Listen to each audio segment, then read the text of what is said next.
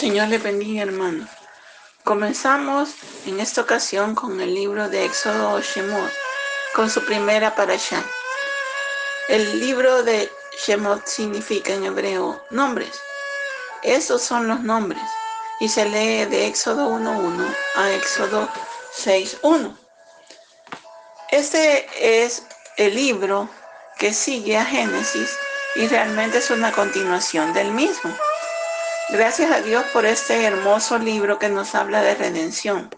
Si quisiéramos ponerle un nombre global sería ese: liberación y redención.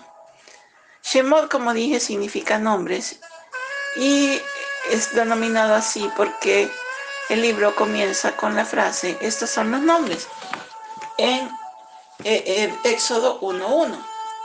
Voy a leerlo y dice: y estos son los nombres de los hijos de Israel que vinieron a Egipto con Jacob, cada uno con su familia. Por supuesto, eso en tiempos de José.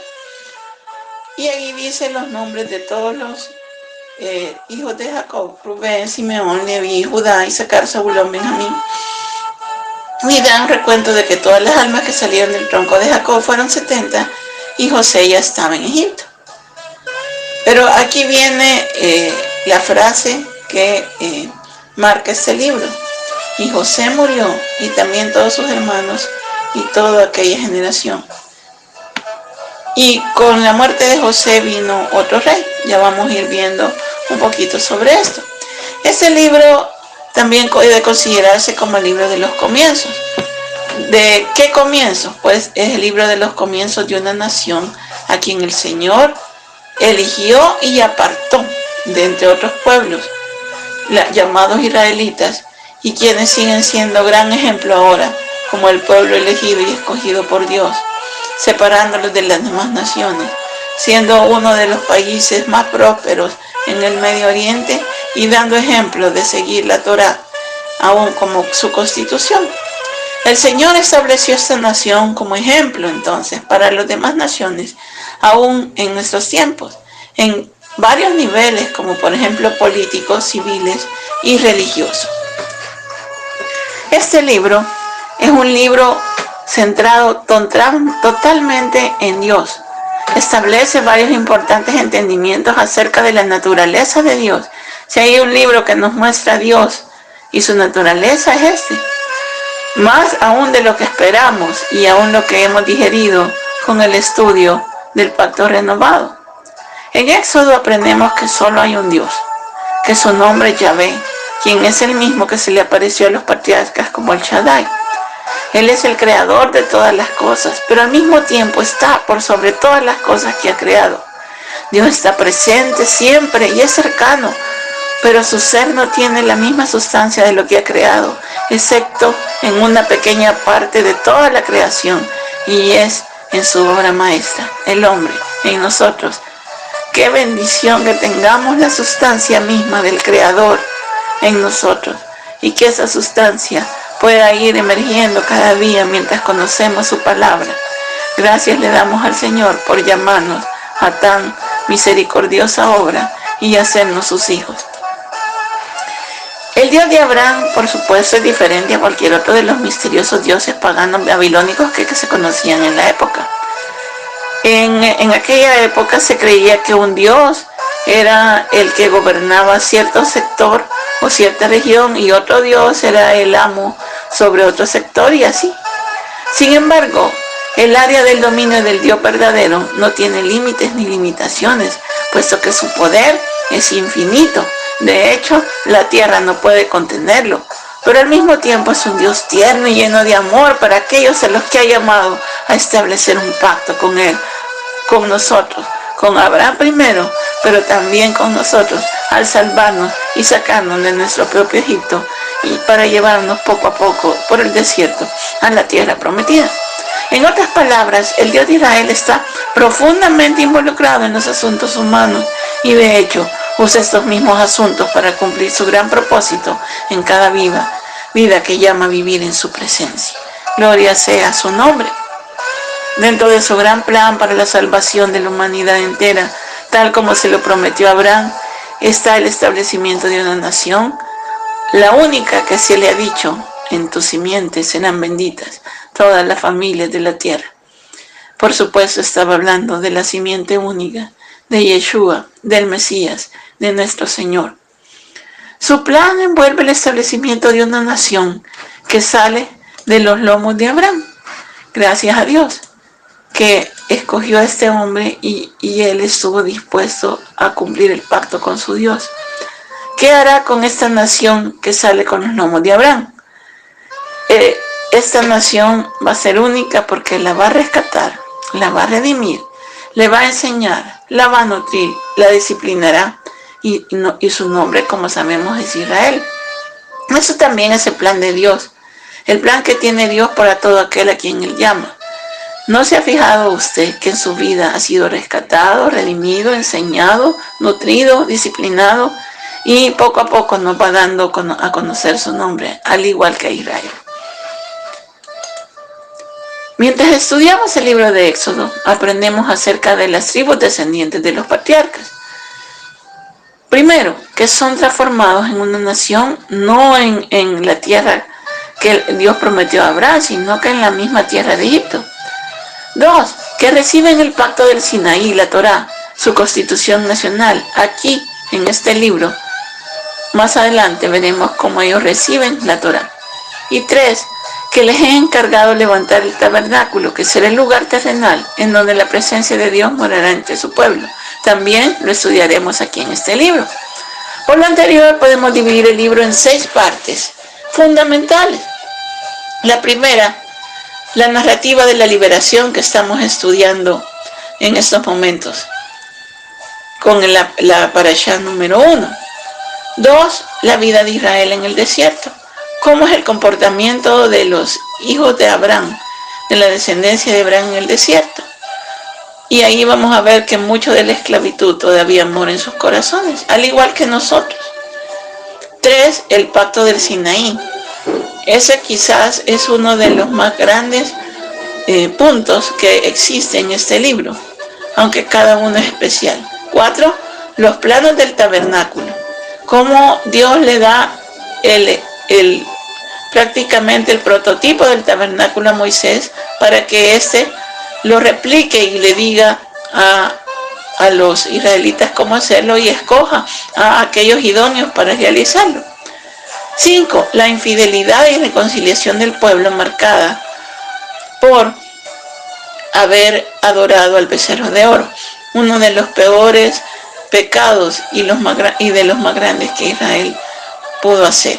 Y 3, la construcción del tabernáculo después de ser perdonados por el Eterno.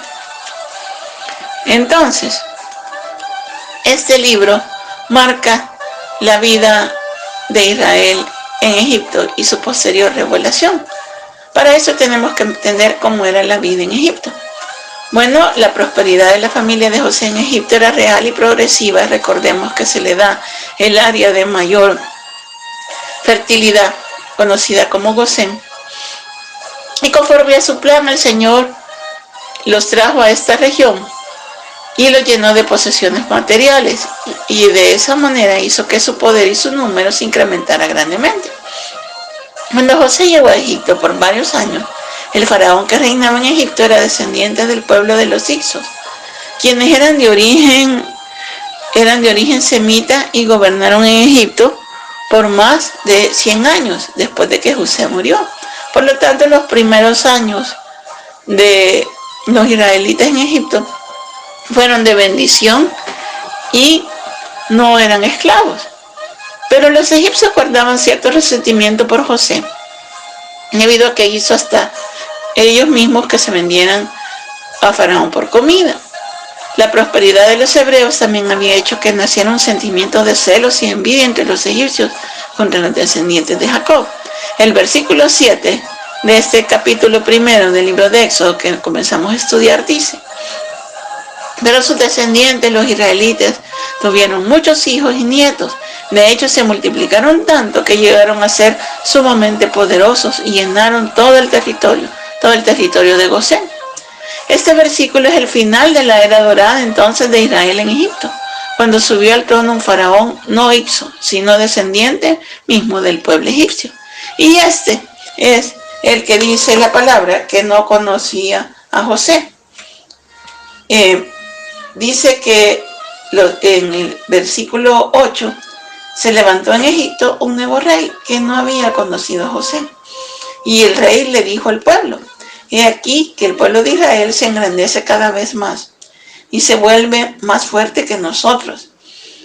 Y dice: obremos pues astutamente como él, para impedir que siga multiplicándose, no sea que haya guerra, que se alíe a nuestros enemigos, pelee contra nosotros y logren salir del país.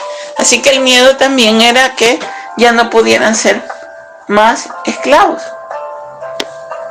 Mientras el tiempo transcurría entonces, al mismo tiempo que Israel florecía, el gobierno del faraón malo, si queremos llamarlo de alguna forma, o que no los conocía, pues se volvió un gobierno nefasto sobre el pueblo de Israel.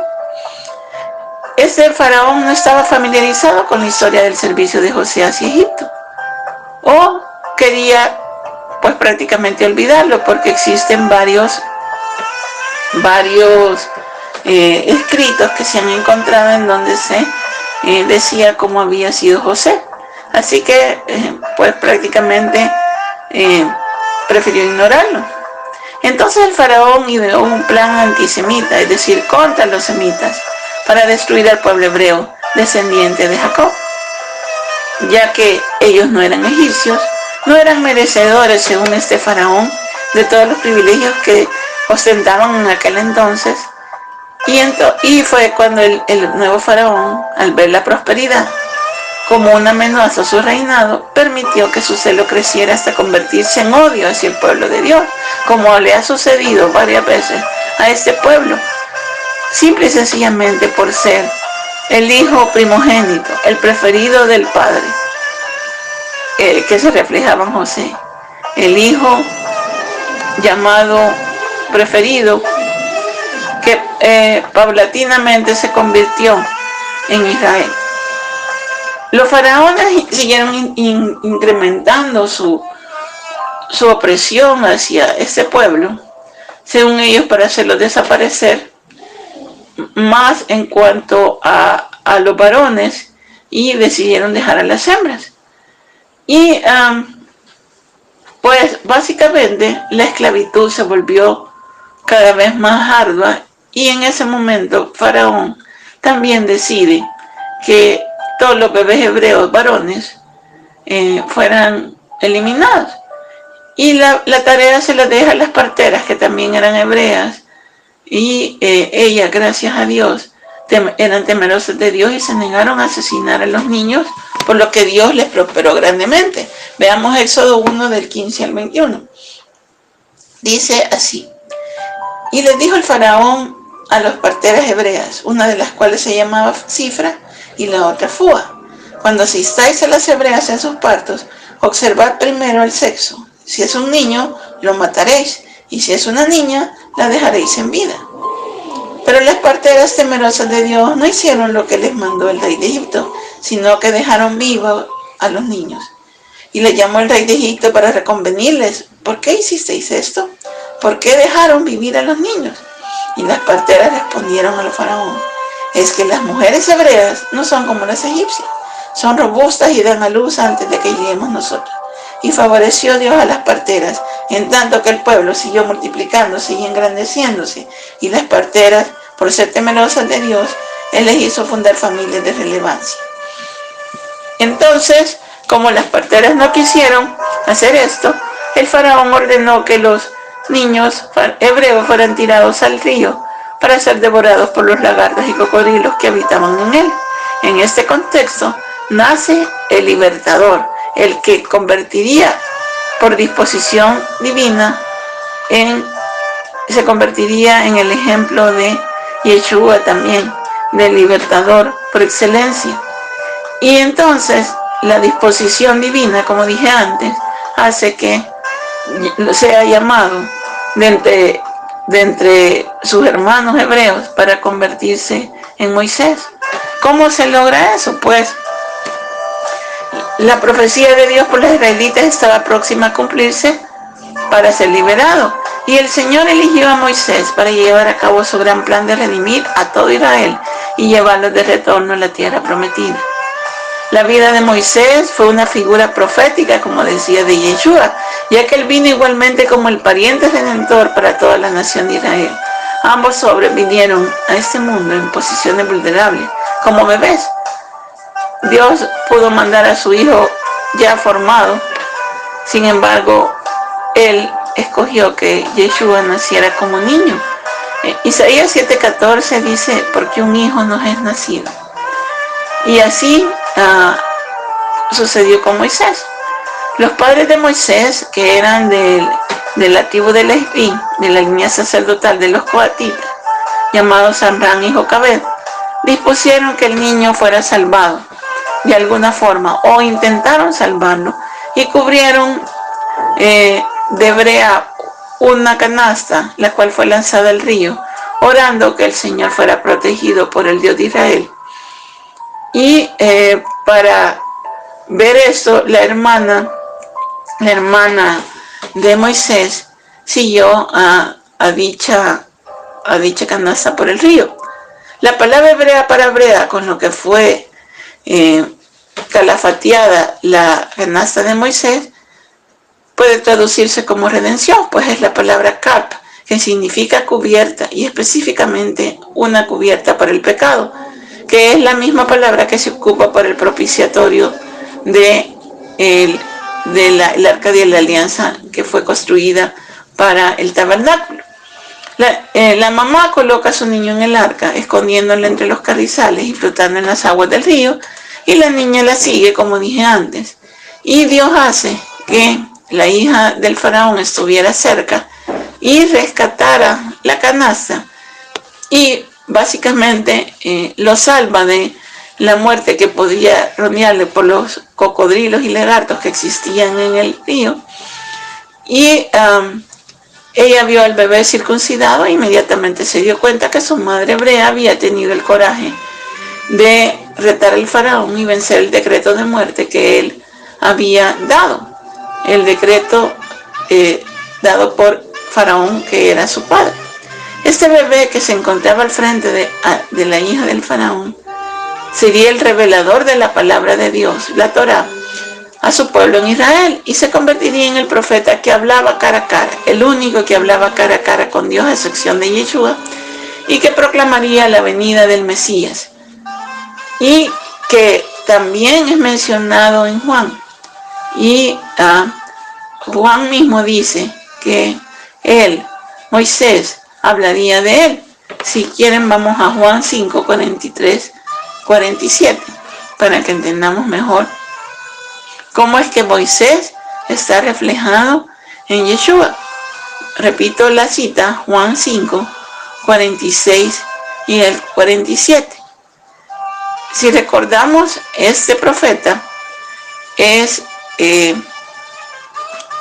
enviado de una forma singular, Moisés, y pues no sé qué palabra utilizar, no es venerado, sino respetado grandemente por el pueblo de Israel desde esa época.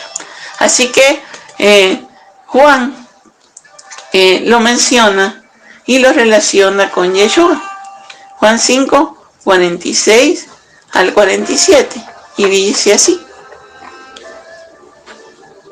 porque si creyerais a Moisés, o sea, los escritos que tenía Moisés, aquí le está hablando Yeshua a sus opositores, que generalmente eran los fariseos de la línea de Shammai. Y Jesús mismo dice: porque si creyeras a Moisés, los escritos que ellos estudiaban, me creerías a mí, porque de mí escribió él. Pero si no creéis en sus escritos, ¿cómo me creeréis mis palabras? Por lo tanto, desde Moisés, Dios está anunciando a su Hijo como el Redentor. Moisés es un tipo, Yeshua es el verdadero Redentor, que iba a traer sanidad a todas las naciones.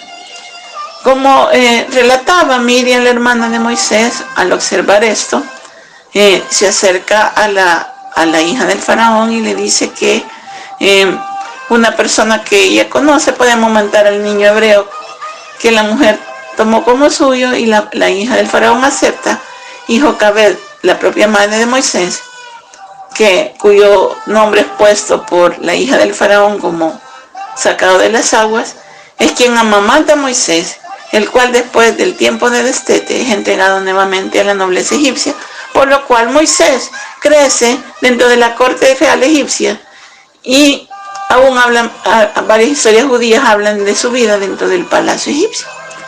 Cuando tiene 40 años, sin embargo, ve a un egipcio golpear duramente a un hebreo y éste, sabiendo su origen mismo y compadeciéndose de él, mata al egipcio. Al matar a un hombre, sobre todo un egipcio, en aquel entonces, esto era penado por la ley egipcia, por lo que él tiene que salir huyendo, ya que primero ve a los hebreos peleándose y se da cuenta de que muchos se han dado cuenta. Cuando Moisés interviene y les dice que no se peleen entre hermanos, el hebreo, uno de los hebreos que estaba peleando, le dice: vas a matarme como hiciste con el egipcio. Y es entonces cuando Moisés tiene que huir.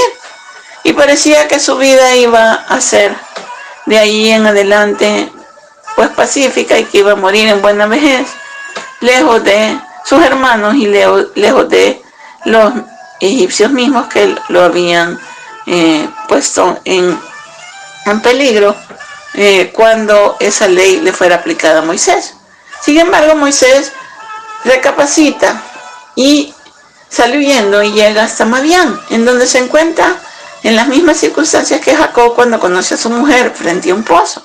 Allí conoce a Sétura, la hija de Jetro, el sacerdote de Madián. Jetro le entrega posteriormente a Sétura como su esposa y Moisés se queda a vivir por 40 años en esa región, en donde procrea 2 hijos, Gersón y Eliezer.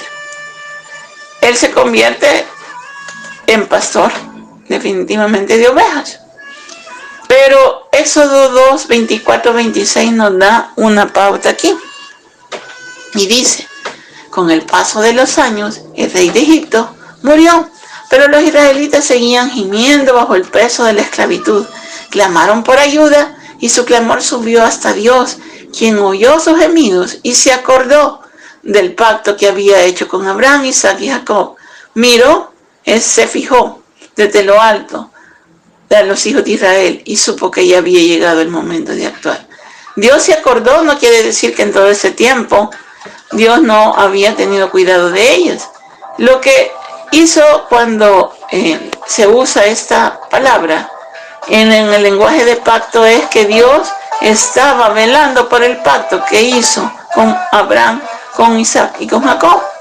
Pues Dios es un guardador de pactos y jamás se echa para atrás cumpliendo sus promesas.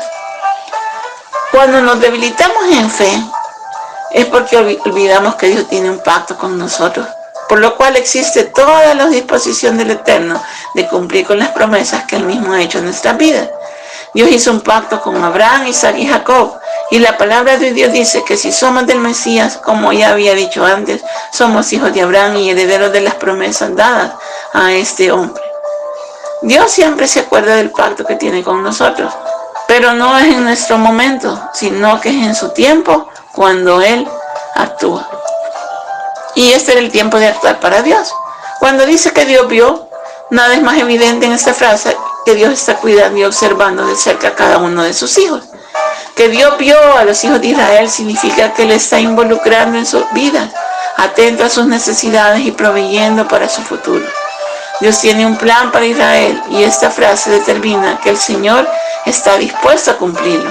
Lo mismo sucede con nosotros. Los ojos del Padre están sobre sus hijos, nosotros, aquellos que hemos abrazado la gran promesa de ser benditos en la simiente de Abraham a través de Yeshua. Dios tiene planes de bien y bendición para cada uno de nosotros, aunque a veces parezca que no, pero podemos saber que Dios recuerda, ve y sabe. Dios supo el momento de actuar. Dios supo que era el momento que el pueblo de Israel lo conociera como el Dios cercano. Me encanta esta alegoría que hay sobre cómo Dios salvó a su pueblo, pues relatándola como si hace un pastel. Dios escoge los ingredientes, que son los ingredientes santos de la semilla de Abraham, mezcla varios acontecimientos y en un ratito los pone al horno para hacer un gran pastel, el pastel de salvación para toda la raza humana.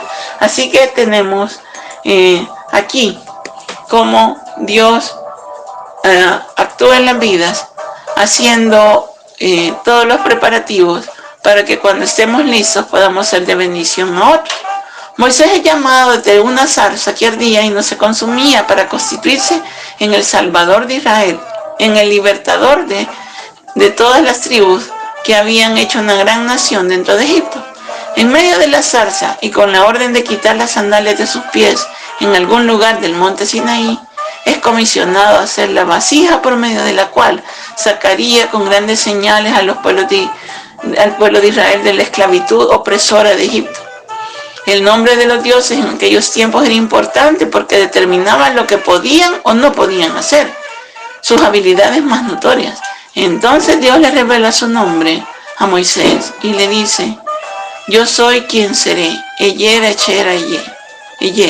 es decir, aquel que siempre permanece, por lo cual se puede traducirse su nombre como el Eterno, el que vela. Y al ser su nombre revelado, Dios está proclamando a sí mismo como: 1, el Eterno, su nombre es para siempre. 2, infinito en poder. Encausado, Dios tiene una causa para cualquier acontecimiento que sucede en la vida de los hombres.